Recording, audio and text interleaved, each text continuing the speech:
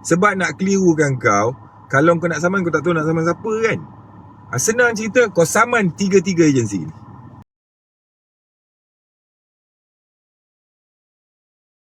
Call bank aku kena scan. Bila aku call bank suruh pergi branch. Sampai branch, dia orang cakap dia orang tak ada kuasa freeze. Ni kerja HQ dia orang cakap. Aku tanyalah branch sebab apa? Dia orang cakap akaun aku terlibat dalam kes scammer. Aku tanya scam apa? Dia orang tak tahu. Cuma dia orang cakap atas arahan NSRC, National Scam Response Center. Aku call NSRC. NSRC kata dia orang cuma terima aduan, bukan dia orang yang uruskan akaun aku. Aku pergi balik branch. Branch cakap cuba call HQ. Berapa hari lepas tu, bank hantar email bagi aku nama IO yang in charge, bagi nombor report. Email tu cakap kalau aku nak balik akaun aku, kena minta surat confirmation kat balai polis. So aku message lah IO yang in charge tu. IO tu kata bukan dia yang arahkan freeze, NSRC yang buat. Dia kata, aku call balik NSRC, jawapan sama juga, kami tak tahu detail. NSRC ni bawa NFCC tau, National Anti-Financial Crime Center. Aku hantar email dan bagi bukti screenshot yang IO in charge tu tak ada Skype, tak ada arahkan Skype account. Dan aku suruh, dan dia suruh refer dekat NSRC. Hasil dia macam hantar email ke Alam Bunian. Mungkin dia reply, tapi aku tak nampak pasal email tu dari Alam Bunian kan. Manusia mana memang tak nampak lah, betul tak? Aku pergi balik balai polis, pergi di tempat IO tu kerja lah kan. Pegawai lain tolong semakkan, dia tak ada. Yes, memang akaun aku masuk dalam aliran duit scam second layer. Maknanya apa? Maknanya aku bukan scammer. Malah aku bukan kawan scammer pun. Aku bukan orang yang tipu mangsa, dan aku bukan orang yang curi duit orang. Tapi sebab duit tu pernah lalu sistem sampai ke akaun aku, financial aku terus kena stop macam aku ni penjenayah. Sekarang ni aku nak tanya betul-betul, adil ke buat macam ni? Aku tak pernah dipanggil bagi keterangan pun. Tak pernah duduk depan officer jawab soalan, tak pernah. Tak pernah ditanya pun, duit ni dari mana sebenarnya? Betul ke awak yang ambil? Awak kawan ke dengan penjenayah? Dia tak ada cakap. Dan aku terus kena hukum dulu, terus kena skat. Dah 4 bulan guys, 4 bulan tu bukan sekejap tau. Bukan tempoh orang masih boleh cakap, sabar je lah. 4 bulan tu aku tak boleh guna duit aku sendiri. Duit hasil kerja aku. Klien nak bayar tak boleh masuk akaun. YouTube, Facebook punya duit pun tak boleh masuk. Kerja aku sangkut sebab akaun tak ada. Ada orang cakap, apa kebodoh kau ni, buka akaun baru, bank baru kan. Masalahnya nak buka akaun lain, semua reject. Sebab kes ni dia ada link. Dia nak menang juga, pakailah akaun bini kau. Kata kan, platform sosial media kena pakai nama sendiri, IC sendiri, akaun bank sendiri. YouTube, Facebook, TikTok Shop, Shopee. Sekarang kau nak aku pakai akaun siapa? Abang ipar kau? Kalau boleh buka akaun bank lain, tak adalah aku bising macam ni, pergi lantak, pergi mampus lah dengan akaun yang tersekat tu kan. Masalahnya tak boleh. Aku bukan hilang satu kemudahan tau, aku hilang satu akaun bank. Ini bermakna aku hilang sistem hidup aku. Orang mungkin fikir, alah kau tunggu je siasatan kan. Tunggu dengan apa? Bilater siapa nak bayar? Asuransi rumah siapa nak bayar? Asuransi kereta siapa nak bayar? Makan minum siapa nak tanggung? Sistem boleh lah tekan butang freeze, okay? Tapi hidup orang tak ada butang pause. Paling sakit bukan pasal duit je. Yang sakit ni, aku rasa macam aku ni tak wujud tau tak, kat dalam sistem. Aku tak wujud. Aku ke sana kena tenang sana, sana kena tenang sana. Bank kata ikut arahan, NSRC cakap bukan bawah diorang, polis kata tunggu IO. Lepas tu IO senyap tu dah macam memang prosedur dia dah. Semuanya ada kuasa nak sekat sana sini, tapi tak ada siapa pun masa nak jawab apa yang aku nak tanya. Aku faham negara ni nak lawan scammer. Okay, memang patut pun. Aku pun sokong tu tak. Aku banyak buat video pasal scammer ni. Aku siap berbual dengan scammer tu. Bagi alert kat orang. Ini kebalasan sistem kat aku. Sistem ni bukan je tangkap penjenayah, dia juga pijak orang yang tak bersalah. Lepas tu tinggal macam tu je. Contohnya aku sekarang ni lah. Kalau dah sekat akaun aku, panggil lah aku, siasatlah aku, soal lah aku. Aku boleh bagi bukti. Aku tak lari pun. Tapi kau janganlah hukum orang macam ni, tak bagi peluang orang untuk bela diri. Itu bukan keadilan namanya kalau macam tu. Itu prosedur yang tak berperi kemanusiaan, tahu tak? Please lah. Apa basis yang sistem bagi pada orang macam aku ni? Kalau kau tak bersalah pun, cuba sangkut dalam aliran duit scam saja, hidup kau boleh kena beku berbulan-bulan. Dan tak ada siapa wajib jawab apa yang kau tanya. Scammer yang betul entah tak tahulah, mungkin tengah bebas ke, mungkin tengah dibicarakan ke. Aku sendiri pun tak tahu perjalanan kes ni. Aku terlibat ni, nama aku ada, tapi aku tak tahu pun. Aku yang ke jalan ni pula tersekat. Aku bukan minta layanan special pun. Aku cuma nak sistem layan aku macam manusia, seorang manusia. At least bagilah tahu aku apa status kes tu. Bagi aku peluang jelaskan transaksi aku, bukti aku. Bagi jalan cepat untuk orang tak bersalah bersihkan nama. Sekarang ni sunyi sepi malam tanpa sinar bulan, sesepi diriku sendiri dalam penantian. Polis pun tak tanya aku, bank apa lagi? Kan? Aku buat video ni bukan sebab aku suka buka cerita tau. Sepanjang aku buat video, ada aku keluarkan cerita pasal masalah hidup aku, keluarga aku. Ada aku mengadu dekat followers aku tengah susah. Tak pernah tau. Kalau hal tu melibatkan aku je ataupun family aku takkan buka punya. Aku buat video ni sebab benda ni boleh jadi dekat sesiapa. Hari ni akaun aku, esok peniaga kecil, freelance, rider, makcik jual cakoi. Semua siapa-siapa pun boleh kena. Bayangkan akaun kena sekat 4 bulan tanpa jawapan.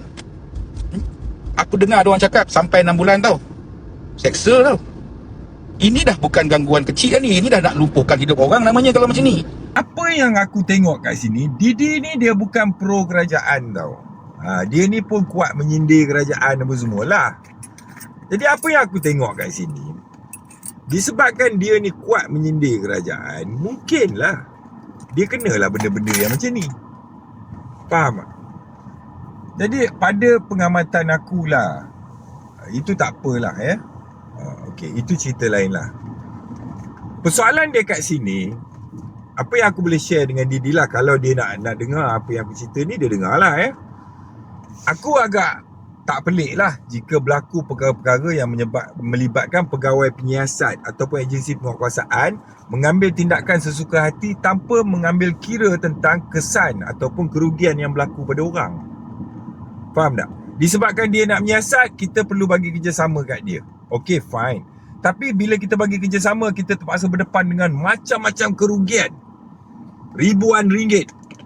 Aku bercakap berdasarkan aku pernah lalui. Kan? Aku ditahan, ditangkap, dilokap apa semua. Tiba-tiba bila suruh pihak polis buktikan tuduhan dia, tak ada saksi, tak ada bukti. Bila suruh pendakwa raya buktikan tuduhan dia, dia pun tak ada saksi, tak ada bukti. Satu benda pun tak ada. Tapi aku berdepan dengan puluhan kali bicara di mahkamah. Dan puluhan kali bicara tu, berapa ribu kos aku dah habis. Siapa nak bayar ni semua? Cuba korang fikir. Dan kes kedua aku kena adalah di Penang, yang mana IO tu aku ditahan di KL. Dia cek aku wanted Penang. Jadi aku diperlukan oleh polis di Pulau Pinang. So dia orang bawa aku pergi Pulau Pinang. Malam-malam buta bawa aku pergi Pulau Pinang. Sampai Pulau Pinang, bila IO duduk depan aku ambil statement, aku tanya ke IO, kau buat tuduhan apa yang kau kenakan dekat aku ni? Siasatan apa yang kau buat ni? Buka seksyen berapa? Jadi dia pun bagi tahu aku lah dia buka seksyen berapa semua. Aku cakap, okey baik, kau sekarang kata tuduhan kau ni aku adalah pelakunya. Mangsa mana mangsa? Siapa mangsa ni? Baru IO tu sedar, mangsa tak ada lah. Mangsa tak wujud. Ibarat aku dituduh bunuh orang, tapi tak ada siapa yang mati. Pun macam ni pun kan, pihak polis boleh tangkap orang, bubur lokap orang atas alasan tolong bagi kerjasama, kita nak menyiasat. Takkanlah sampai macam ni tak cerdik korang buat kat orang. Betul tak? Tak masuk akal. Pagi tu pergi depan majlisik tak benar ke Rehman? Pasal apa? Apa ni tuduhan berlaku, ada pelaku tapi mangsa tak ada. Nampak? Ini kedua. Jadi aku mula buat saman. Aku akan saman. Sebab apa? Aku percaya tak mungkin perbuatan kecuaian dalam penyiasatan ni adalah satu benda yang tidak ada ganti rugi untuk mangsa. Sedangkan polis ataupun agensi penguatkuasa ni, kau cuai memandu langgar orang je, dah ada dah seksyen, dah ada dah tindakan yang akan dikenakan terhadap kau atas dasar cuai saja. Kita tak payah cerita tentang kecuaian senjata api. Kecuaian senjata api kalau first mistake is the last chance, tak ada peluang kedua punya. Kita cerita bab kecuaian jalan raya pun cukup lah.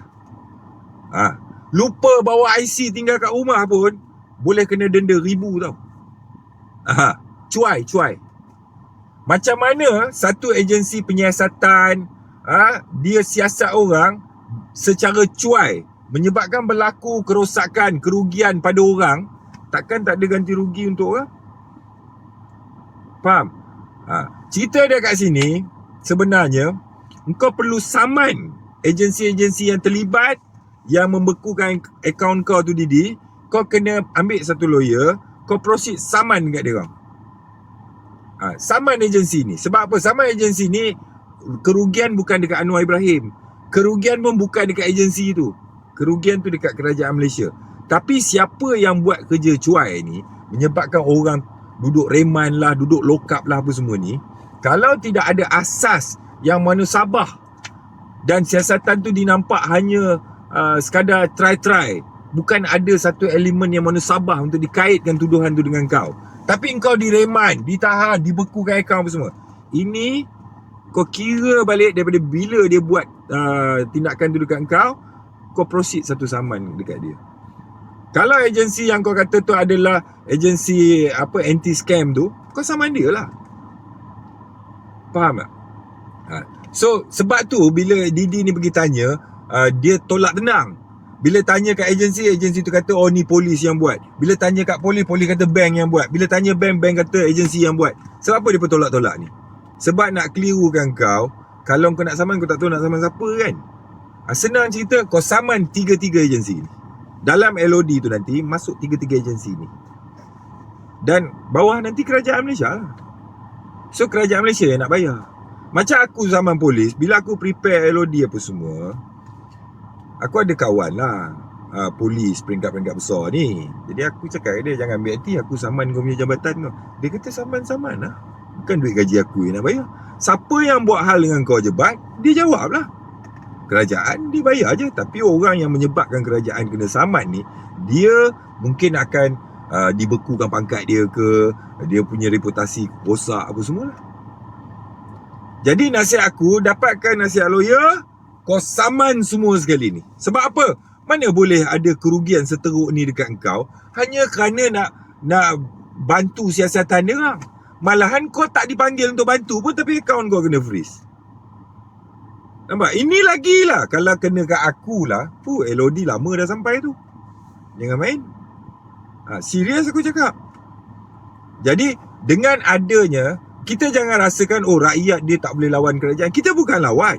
Kerajaan bercakap tentang keadilan. Kalau bercakap tentang keadilan, mesti adil bagi kedua belah pihak.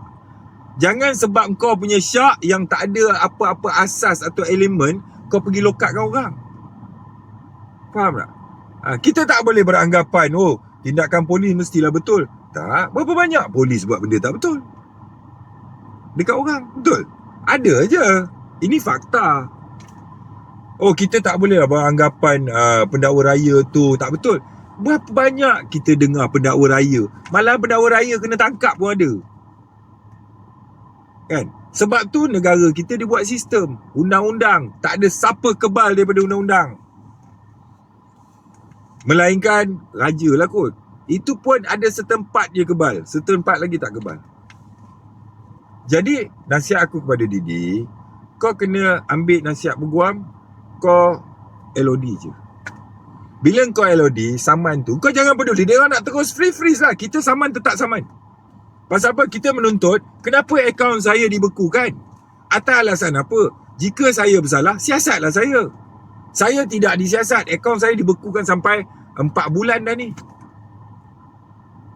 Dan kau challenge dia orang. Pasal apa? Bila kau tangkap aku ataupun kau bekukan akaun aku, make sure kau menang kat mahkamah. Kau kalah kat mahkamah, aku akan saman kau atas alasan kecuaian dalam menjalankan siasatan sehingga ataupun menyalahgunakan kuasa bagi tujuan melakukan khianat terhadap orang.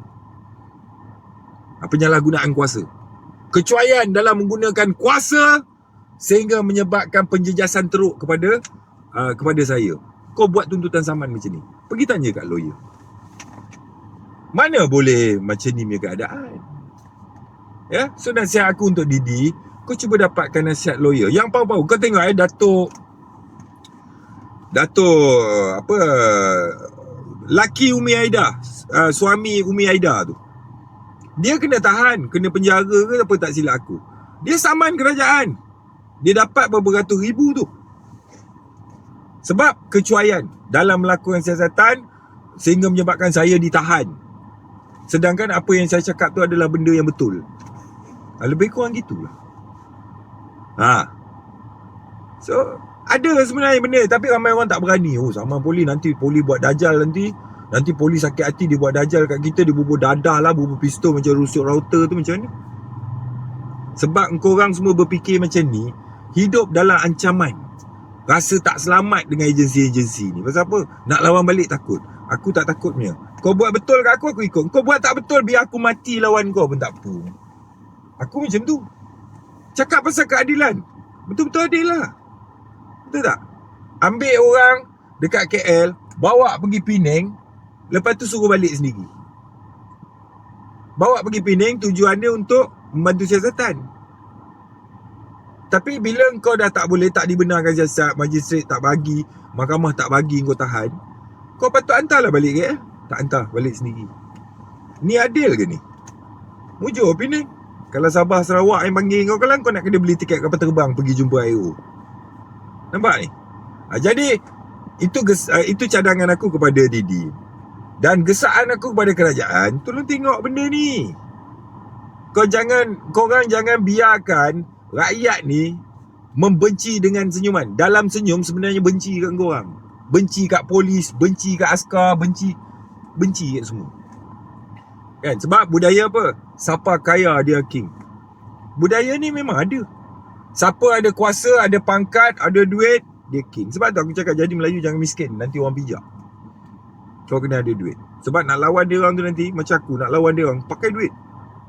Tuduhan yang dia buat kat aku tu tuduhan kecil, hanya kerana nak merosakkan nama baik aku je. Nak bagi aku ni ada rekod jenayah. Jadi dia buat tuduhan. Sebab dia expect, alah tuduhan macam ni jebat mesti mengaku punya denda pun 1,000 lebih je. Paling kuat 1,000 je.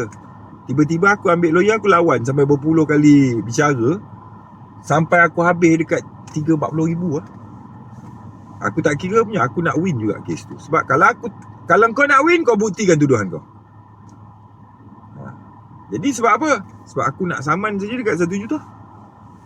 Aku don't care lah. Kau cuai, kau jadi lauk kat aku. Aku macam tu punya style. So Didi, kau jangan frust sangat pasal ni. Kau cuba dapatkan nasihat peguam.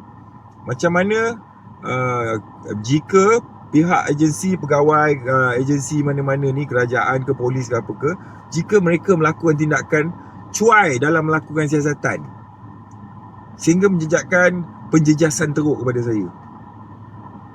Tapi kalau engkau didapati bersalah, dah kau janganlah sama dia orang sebab engkau bersalah.